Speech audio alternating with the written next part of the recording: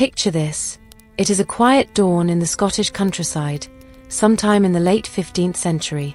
A thin mist clings to the rolling fields and wooded hills of Perthshire, drifting lazily over the ancient stones of Drummond Castle, where a young girl named Margaret takes her first steps along paths that would one day wind deep into the heart of Scotland's royal intrigues. Long before her name would echo in whispers at court, she was simply Margaret Drummond, daughter of the First Lord, John Drummond, a man of significant standing, though not quite yet among the great barons who shaped the kingdom's fate from Edinburgh's grey battlements. Before we wander deeper into Margaret's hidden story, I'd love to know, where are you listening from tonight, and what time is it for you? It's incredible to think that we're piecing together these forgotten lives across centuries and continents, connected by our quiet curiosity for the truths that linger behind the page. If you find comfort in these stories of shadowed halls and silken secrets, please like this video and consider subscribing. But only if you truly enjoy these hidden corridors of the past. Margaret's childhood was one of privilege by the standards of her age. The Drummonds traced their line to ancient Gaelic roots and boasted blood ties to kings and thanes who had held sway since the mists of the early medieval Highlands first swallowed the Roman roads. Her father, Lord Drummond, was ambitious, known for his political deftness during a time when Scotland's nobles walked a knife's edge between alliance and rebellion. He secured lands, strengthened kinship ties through carefully arranged marriages, and ensured his children were woven into the delicate tapestry of noble society. Margaret, like her sisters, would be shaped not only by hearth and family but by the expectations that hovered over every daughter of the Scottish lairds, each one a potential piece on the chessboard of royal favour. While Margaret learned the careful dance of courtesy, language, and hospitality within the castle's heavy stone walls, another child, destined to cast a long shadow over her fate, grew up under very different roofs. James Stuart, who would one day reign as James IV, was born into a royal family splintered by treachery and bloodshed. His father, James III, was not a beloved king. In his reign, suspicion thrived like moss on damp stone. Nobles shifted their loyalties as quickly as the North Sea winds shifted direction. The young prince witnessed how fragile crowns could be when the people beneath them found reason to doubt. James's early life was marked by civil strife. He was only 15 when he found himself at the heart of a rebellion against his own father, a rebellion that ended with James III's death near Sorcheburn in 1488 under circumstances that were never entirely clear, and which left the new king forever carrying the ghostly weight of his father's blood. It was said that the new king walked barefoot to the church at Stirling as penance, though whether that gesture eased his soul, none can say. James IV came to the throne young, determined to prove he was a king in truth, not merely a lad wearing his father's crown. He was educated, intelligent, and keenly aware that Scotland's fractious lords would measure his worth not by words but by action. He poured royal energy into the arts and letters, patronized the church, and sought to balance power among his nobles. He was a man who could be both charming and ruthless, a monarch equally at ease with courtly poets and the hardened men who kept the peace on Scotland's rough borders. It was into this world, a realm of uneasy truces, foreign ambitions, and hidden alliances, that Margaret Drummond grew to womanhood. If some stories are woven of grand battles and sieges, Margaret's began in quiet rooms lit by candlelight, whispered through tapestries and letters delivered in secrecy. No one can say exactly when James first laid eyes on her, but by the early 1490s, Margaret had become more than just another lady of the court. She became the king's chosen confidant, his cherished companion behind doors that remained closed to the watchful eyes of lords and clerics alike. Margaret was not a queen, yet in her presence James found something that courtly protocol could not supply. Chroniclers of the age hint at her beauty: fair hair, striking eyes, a presence that softened the sharp edges of royal burdens. More than that, she held her own amid the subtle games of words and glances that defined the Scottish court. For a king whose life had been shaped by betrayal and suspicion, Margaret offered warmth that no treaty or council could secure. Their bond deepened, and in time Margaret bore him a daughter, Margaret Stuart, the king's acknowledged child, though the law would forever mark her as illegitimate. Still, this small life further bound Margaret to James's secret heart, a hidden family tucked within the folds of royal duty and political expectation. Scotland's lords surely knew, as lords always do. Gossip was the court's lifeblood. Yet as long as Margaret remained discreet and the king's favour shone bright, there was little that could be done to sever this quiet link. The country beyond the castle walls was a land of rugged beauty and stark contrasts. Highland clans guarded their glens and lochs fiercely. Border reavers, those hardened families along the frontier with England, rode under moonless skies, plundering as the winds allowed. Lowland boroughs grew in wealth and ambition, and merchants carried news as often as they carried silks and spices.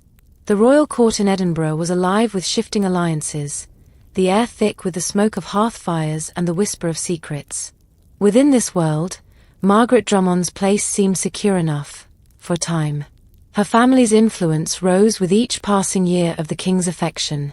Gifts, lands, small gestures of royal favour, each strengthened the Drummonds' position among Scotland's entangled nobility. But even the softest silks can conceal the sharpest blades, and in a kingdom where marriage was currency, Margaret's quiet hold on the king stirred unease in those whose ambitions needed him wed to another. For now, though, she was content to drift in the quiet warmth of the king's trust. Behind the thick doors of the royal chambers, James spoke to her of treaties and truces, of the endless push and pull with England and the delicate balance with France. He spoke, too, of dreams that perhaps one day he might carve out a place for her beyond whispered gossip and hidden visits. But a king's dreams are seldom his own to keep. Outside the rains would come and go. The seasons turned over the hills of Perthshire and the cold stone of Stirling Castle.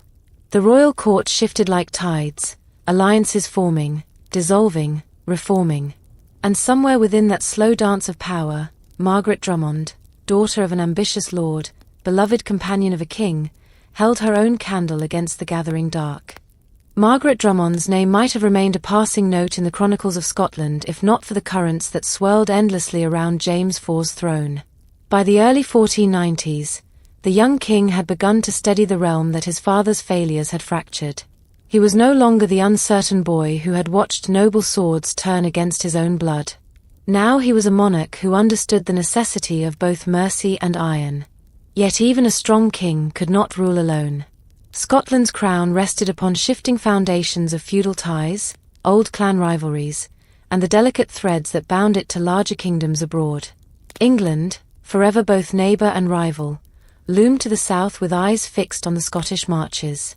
France, the old ally, offered protection in exchange for loyalty, gold, and sometimes marriage. A single union could weave or tear apart decades of uneasy understanding between kings. Within this knot of diplomacy, James's relationship with Margaret posed a subtle danger that no sword could resolve. In the hidden passages of court gossip, Margaret was more than the king's secret comfort. She was a living obstacle to the grand design of royal matrimony. Kings did not marry for affection.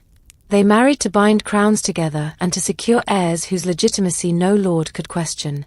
Margaret, who had given James a daughter, represented a future that could not be publicly acknowledged. The girl would never inherit the throne, yet her existence reminded everyone that the king's heart was already pledged, in a way that made statesmen restless. Their daughter, Margaret Stuart, was born sometime around 1497, her exact date hidden in the shadows where unofficial children are kept. The child's early years unfolded quietly, under the careful watch of both her mother's family and the discreet protection of James's household. She would not wear a crown, but she was still a Stuart, her bloodline binding her forever to the story of Scotland's kings. James, for all his worldly concerns, showed genuine care for the girl. He ensured she was raised with comfort and education befitting her royal blood, if not her station. There are hints in scattered letters and later chronicles that he visited her when he could, that Margaret herself was careful to keep their daughter close yet safely distant from the sharper edges of court intrigue. Perhaps in those fleeting moments of family life, the king found a softness he could never display in the presence of lords and envoys who measured every gesture for weakness. Meanwhile, Margaret's days were marked by the slow rituals of noble life. She oversaw household matters, entertained visitors loyal to the Drummonds, and managed the discreet channels through which messages to and from the king passed. She would have walked the stone halls of Drummond Castle or Stirling's royal chambers draped in fine fabrics, her presence both gentle and keenly observed. She knew the language of glances, the weight of silence, the art of saying enough but never too much. Beyond the candlelit rooms where Margaret and James shared whispers of hope, Scotland pressed on with its daily burdens. Merchants carried Flemish cloth and French wine into the ports at Leith and Dundee. Highland chiefs gathered in smoky halls, their loyalty a fragile promise paid for in silver and royal pardons. Border families forged their own law in the wild lands between Berwick and Carlisle, stealing cattle as naturally as others traded coin. The church loomed over all. Abbots and bishops wielded spiritual authority that kings dared not offend. Within this restless country, every marriage and birth shaped more than families. It shaped the fragile peace that held enemies at bay. James knew well that a king's private longing could not outweigh his kingdom's survival. As early as 1495, his councillors whispered of alliances that would secure Scotland's place in the shifting European order. England, newly under Tudor rule, watched the northern realm with wary interest.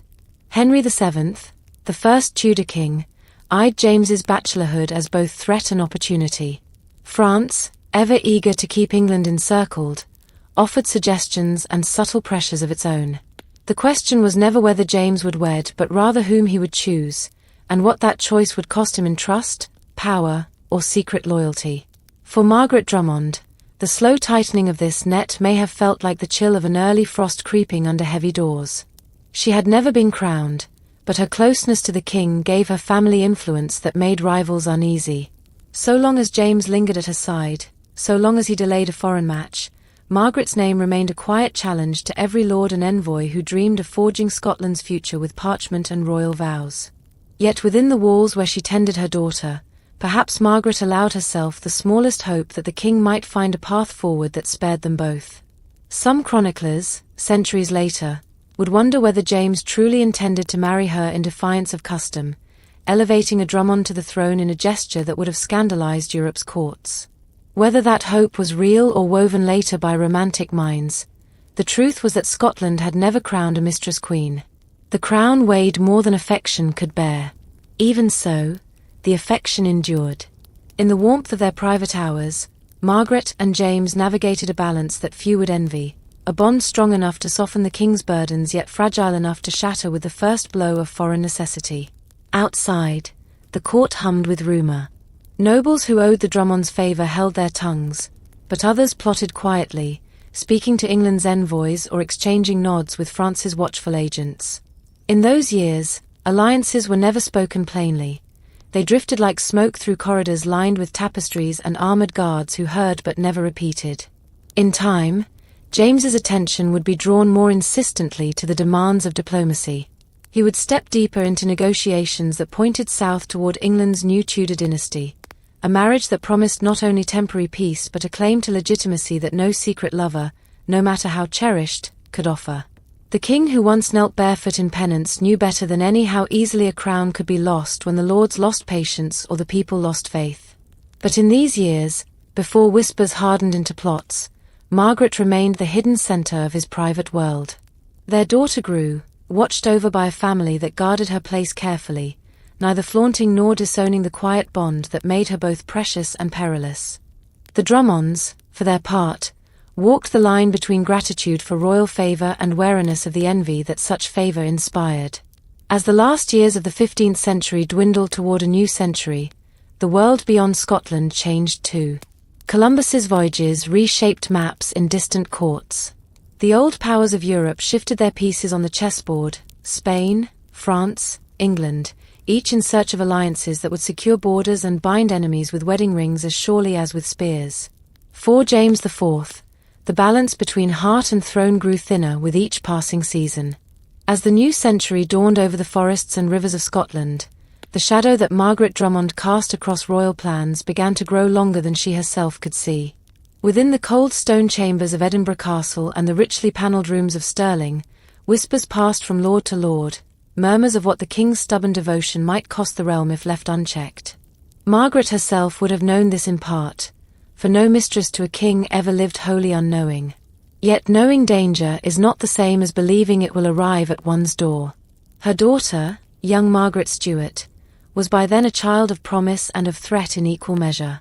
The king's open fondness for her brought status but also sharpened the edge of envy among families whose own ambitions for the throne were only ever veiled by layers of good manners and careful titles. For the Drummonds, the king's favour was a blessing too potent to refuse but also too dangerous to guard without vigilance. It is in these years that the matter of James IV's marriage gathered its final urgency. His ministers and councillors knew well that Scotland, wedged as it was between the ambitions of England and the subtle reach of France, could not drift alone for long. The old alliance with France had steadied the realm against English invasions for generations, but the Tudor dynasty, new yet quick to consolidate power, brought fresh calculations to every border. The English king, Henry VII, eyed his northern neighbour with a mind to settle old feuds through a wedding rather than through raids and retaliations that left the border marches smoking in winter. James IV, to his credit, was no puppet for his lords or foreign rulers. He met envoys with easy courtesy and concealed iron.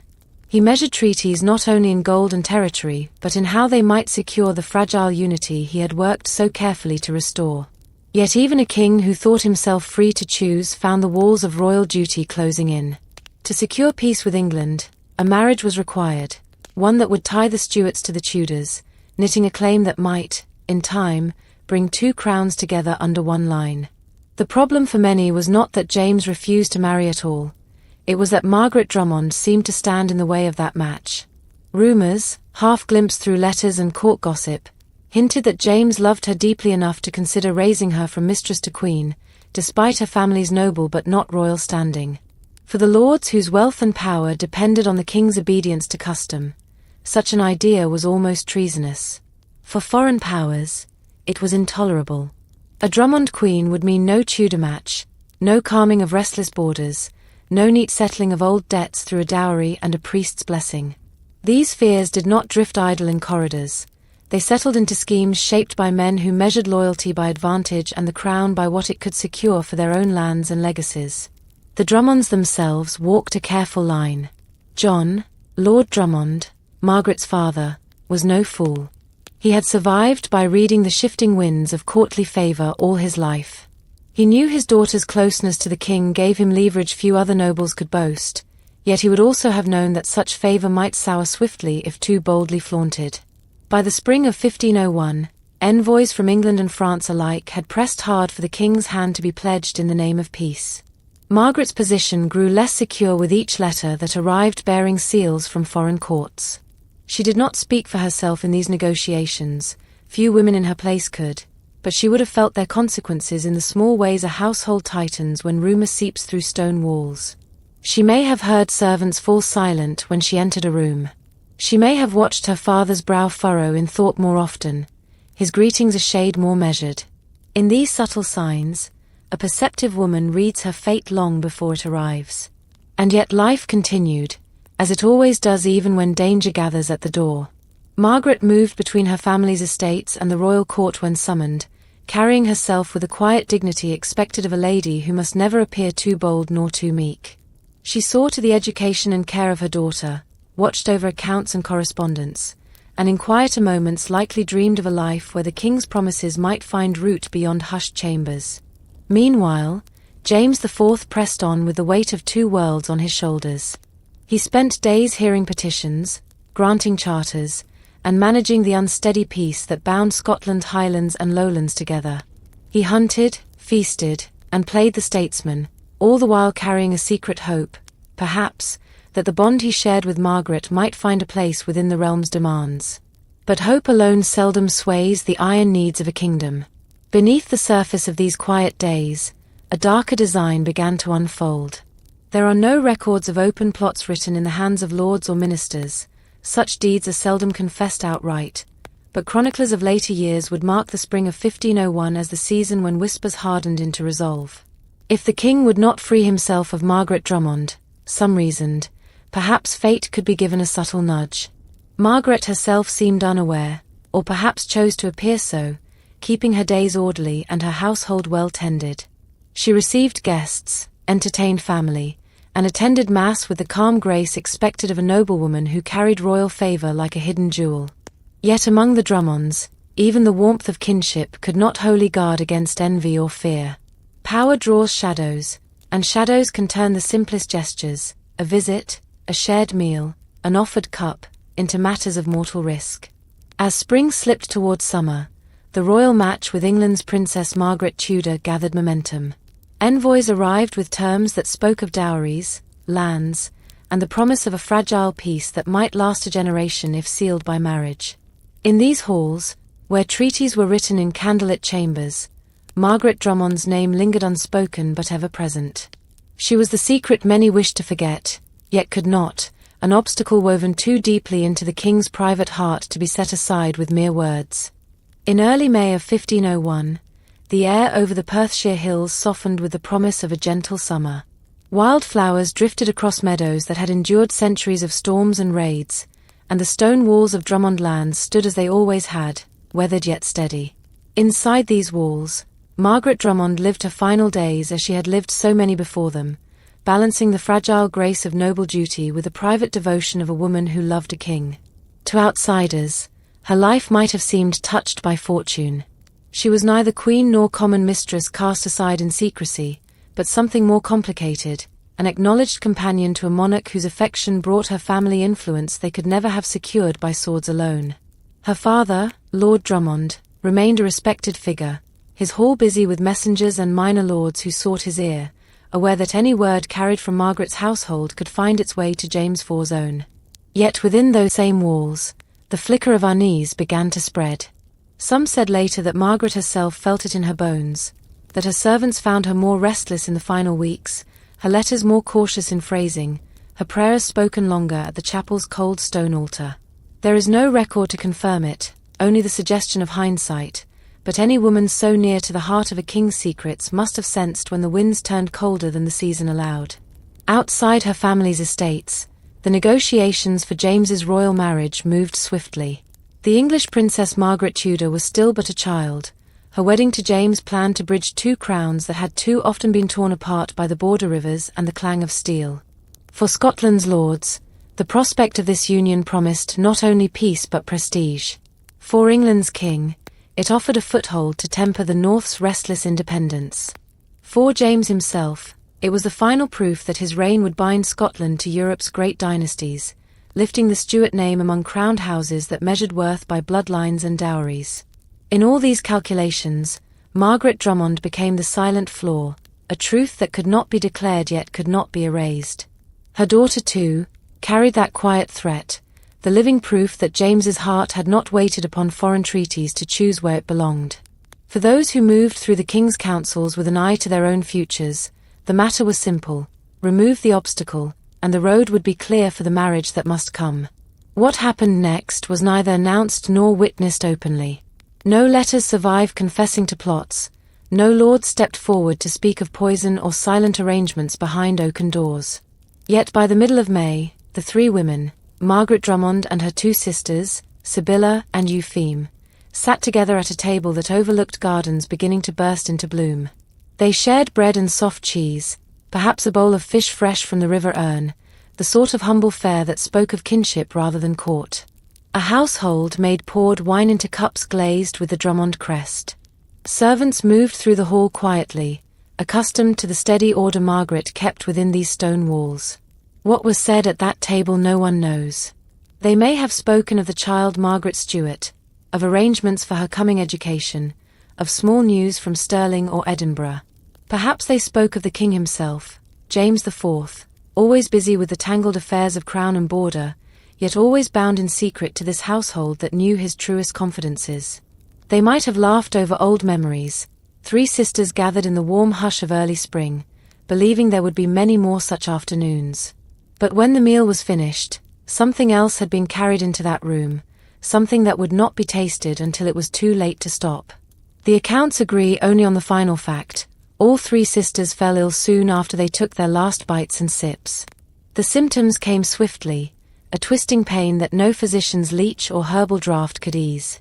Their father, Lord Drummond, summoned doctors from nearby towns, monks skilled in physic, midwives with knowledge older than any Latin manuscript. None could help. Within days, Margaret and her sisters were dead. Word spread quickly through Scotland's tight knot of noble households. The cause of their deaths was whispered rather than spoken openly: poison, slipped quietly into a dish or cup by hands whose loyalty lay not with the Drummonds but with those who saw in these women an obstacle best removed. No one was charged. No trial was held. To speak of it openly would be to invite ruin on families too powerful to accuse outright. Instead, rumor did what the law would not. It seeped into letters and chronicles, suggesting quietly that the deaths cleared the path for the king's new marriage to the English princess. James IV, it is said, was stricken by the news. Chroniclers recorded that he withdrew into silence for days, that he refused the easy comforts of his court, that he rode alone through the forests near Stirling, carrying his grief into places where no one dared follow. He had lost not only the woman who warmed his hidden hours but the soft dream of a life he might never have confessed aloud, a life where affection could stand equal to the iron laws of statecraft. Margaret Drummond was buried with her sisters at Dunblane Cathedral, not far from the Drummond lands they had tended since childhood. Their tomb, still marked by a weathered stone, holds no grand effigy, no royal seal. Yet in the hush of that cold chapel, the echo of their final days lingers more surely than any marble monument. There, behind the worn walls and the flicker of votive candles, lies the silence that follows when love collides with the blunt edge of power. A king's sorrow is not his own for long. The state does not wait for a heart to heal. Even in his mourning, James understood that Scotland's fragile peace balanced on treaties that would not right themselves. To leave England's envoys waiting was to invite suspicion that old feuds might flare again along the borders, where tower houses watched each other from either bank of the Tweed and families owed more loyalty to their own name than to crown or priest. So it was that by the end of that same year, James IV turned his steps toward the betrothal that had lingered behind every rumour about Margaret Drummond's quiet death. The Princess Margaret Tudor, eldest daughter of Henry VII of England, was not yet 12 when the marriage contract was confirmed. To the old barons who crowded the king's court, this union offered a promise that war might not return to the marches for a generation, that Scotland's farmers might harvest their barley without fear of raiders crossing at midnight, that the great lords might settle grudges at feast tables rather than in the heather with steel. James played the part well. He hosted the English envoys with courtly warmth, spoke of shared blood between the houses of Stuart and Tudor, and signed the Treaty of Perpetual Peace, though all knew well that such peace in Britain was rarely perpetual and seldom free of cost. In August of 1503, when Margaret Tudor at last crossed the border, she came north to Edinburgh through villages hung with garlands and streets crowded with burghers who cheered the new queen with hope that her presence might still the storms that had haunted Scotland for centuries. James greeted his young bride with the courtesy of a king who understood how fragile alliances could be. He lavished gifts upon her: fine cloth from Flanders, silverwork from local guilds, books illuminated with care by monks whose quills traced prayers between the leaves of royal chronicles. The marriage was celebrated with feasts that spilled wine across rough boards and silken cloth alike, musicians playing deep into nights that smelled of pine smoke and late summer rain. Yet among those who watched the festivities, some noted that the king's laughter came softer than it once had.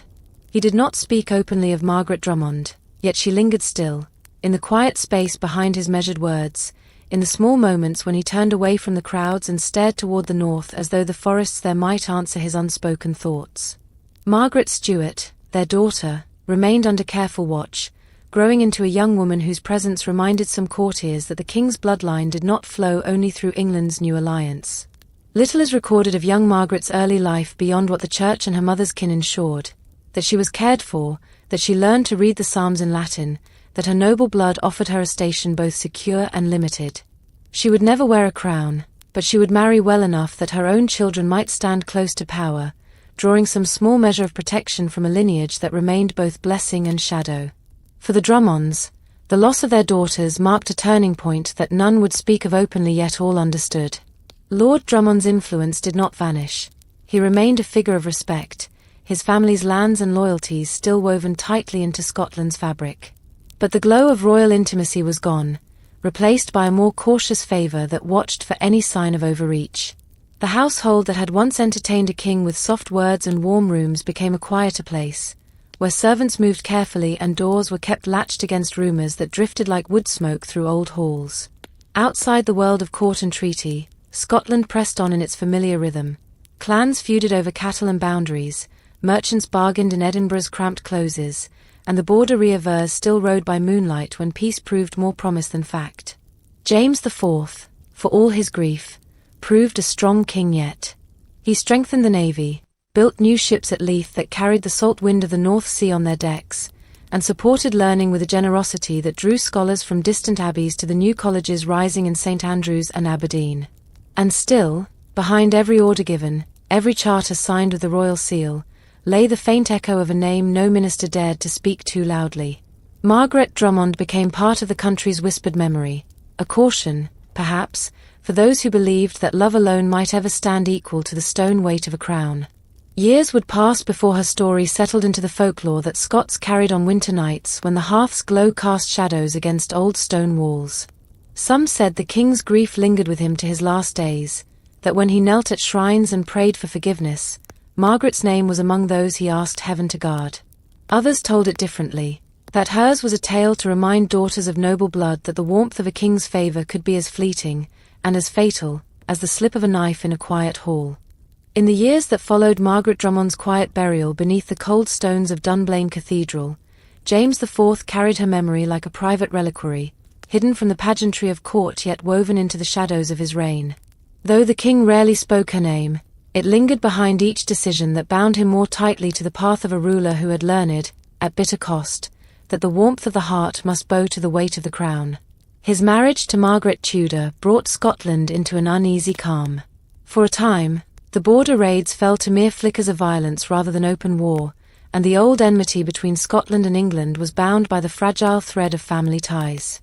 The people spoke hopefully of an age of prosperity.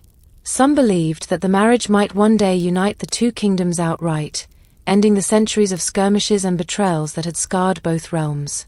Yet within the walls of Edinburgh Castle and the courts of Europe, the promises of peace were always second to the shifting ambitions of kings and their counsellors. The Treaty of Perpetual Peace, signed in ink and sealed with wax, was a living document only so long as the men who signed it found it useful. Beneath its promises lay the same old tensions: Scotland's loyalty to France, England's watchful suspicion, and the rivalries of nobles whose private quarrels flared brighter than any pledge made over wine and polished tables. For James, these years brought triumph and trouble in equal measure. He ruled with a confident hand, strengthening the crown's authority over restless clans and rewarding loyalty with lands that had once been scattered among petty chiefs and border lords. He was a king of culture too, speaking Latin with scholars, welcoming musicians from France and Flanders, and extending his patronage to poets who praised his reign in verses that drifted through candlelit halls.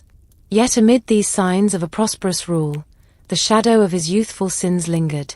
James IV never forgot the burden of his father's death, a death that had placed a crown on his head but left a stain that no act of piety could fully wash away.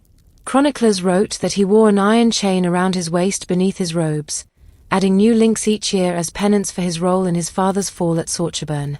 They noted, too, that he spent hours in prayer at shrines dedicated to saints who might intercede for a soul weighted by unspoken regrets. It was perhaps in these private devotions that Margaret Drummond's name surfaced again, not as an obstacle but as a quiet ghost whose memory bound him to a part of himself that courtly duty could never wholly claim. Those closest to the king observed how he kept her daughter, young Margaret Stuart, under watchful protection.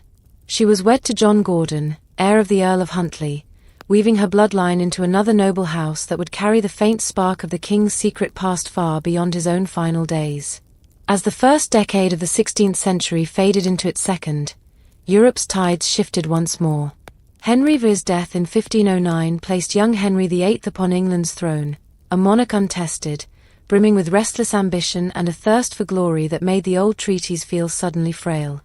France and England turned their eyes toward each other in new rivalries, each demanding loyalty from Scotland as if the Northern Kingdom were a pawn to be moved at will. James IV, bound by treaty to England through his queen yet tied by tradition to France through the Old Alliance, found himself pressed between oaths that could not both be kept. When Henry VIII prepared to strike at France, James was called upon to join his brother-in-law's cause or stand beside the old ally whose support had kept Scotland from England's shadow for generations. The choice was bitter, the outcome nearly certain. By 1513, James IV answered the call of France. He summoned his banners, gathered his nobles beneath the saltire, and marched south across the border one final time. Some said he rode not only for alliance but for a restless wish to prove himself in battle, to carve away the weight of regrets that chained his soul to past failings and lost loves.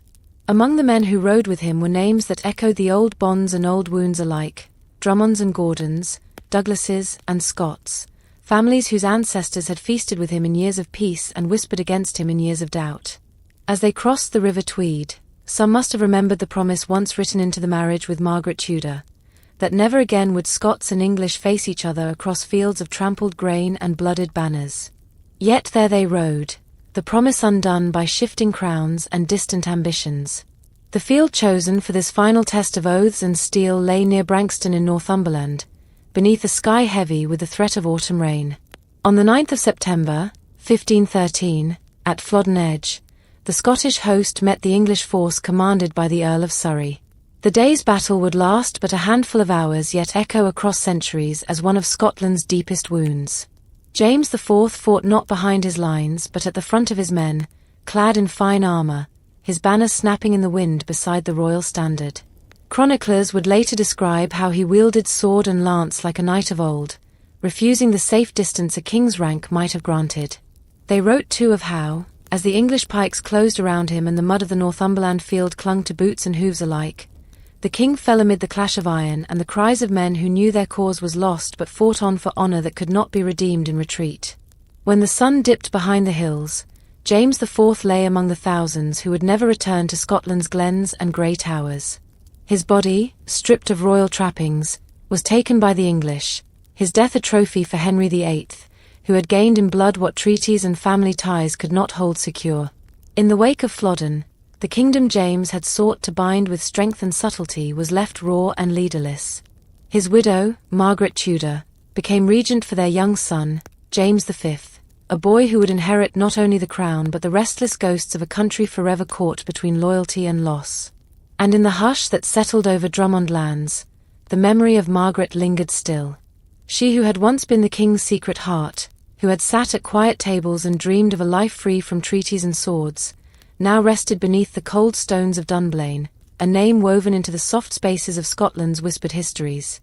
Long after the clamour of Flodden faded into the grey mists that cling to Northumberland's quiet hills, the name Margaret Drummond slipped softly into the realm where history and folklore hold each other in careful balance. She was never crowned, never titled in gilded chronicles, yet her story clung to Scotland's memory in a way that official records could not erase. Generations after James IV fell with his nobles in that muddy field, travellers passing through Dunblane would pause before the simple stone that marked the place where Margaret and her sisters lay. In ballads sung in farm kitchens and hearth-warmed taverns, her story grew its own roots. Some told it as a tragedy of ambition, how a noble family, grown too close to royal favour, paid the price in poison slipped into an ordinary meal. Others turned it softer, speaking instead of a hidden love that might have changed Scotland's fate if only its gentle secrecy had survived the rough demands of foreign kings and restless lords.